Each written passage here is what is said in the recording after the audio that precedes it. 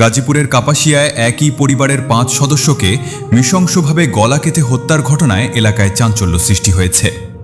এই হত্যাকাণ্ডে পরিবারের পক্ষ থেকে আঙুল তোলা হয়েছে গৃহকর্তা ফোরকানের দিকে, যিনি ঘটনার পর থেকেই পলাতক রয়েছেন। শনিবার ভোরে কাপাসিয়ার রাউতকোনা পূর্বপাড়া এলাকার একটি ভাড়া বাসা থেকে পুলিশ ফোরকানের স্ত্রী শারমিন 30, তাদের 3 সন্তান এবং শ্যালক রসুল মোল্লার মরদেহ উদ্ধার করে। পুলিশের প্রাথমিক ধারণা গভীর রাতে এই হত্যাকাণ্ড সংঘটিত হয়েছে। নিহত শারমিনের ভাই শাহিন মোল্লার দাবি, ফোরকানের সাথে তার বোনের সম্পর্ক দীর্ঘদিন ধরে ভালো যাচ্ছিল না। গত বছর শারমিন অসুস্থ থাকা অবস্থায় ফোরকান পরিবারের সবাইকে হত্যার হুমকিও দিয়েছিলেন বলে অভিযোগ উঠেছে।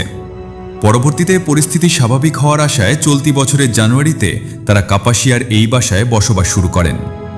স্বজনরা জানান, গত শুক্রবার ছোট শ্যালক রসুল মোল্লাকে চাকরির প্রলোভন দেখিয়ে ডেকে আনেন ফোরকান। গভীর রাতে ফোরকান তার এক আত্মীয়কে ফোন করে বলেন, সবাই মারা গেছে, কাউকে বাঁচিয়ে রাখিনি। এরপর থেকেই তার ফোন বন্ধ এবং তিনি আত্মগোপনে রয়েছেন। পরিবারের পক্ষ থেকে জানানো হয়েছে, ফোরকান আগে থেকেই বিদেশ যাওয়ার প্রস্তুতি নিচ্ছিলেন এবং তার পাসপোর্ট তৈরি ছিল। তাদের আশঙ্কা, সীমান্ত দিয়ে বা আকাশপথে তিনি দেশ ছেড়ে পালিয়ে যেতে পারেন। কাপাসিয়া থানা পুলিশ জানিয়েছে, মরদেহগুলো উদ্ধার করে ময়নাতদন্তের জন্য পাঠানো হয়েছে। হত্যাকাণ্ডের প্রকৃত কারণ এখনও স্পষ্ট নয়, তবে পলাতক ফোরকানকে গ্রেপ্তারে পুলিশের একাধিক টিম কাজ করছে। ঘটনার রহস্য উদ্ঘাটনে তদন্ত অব্যাহত রয়েছে।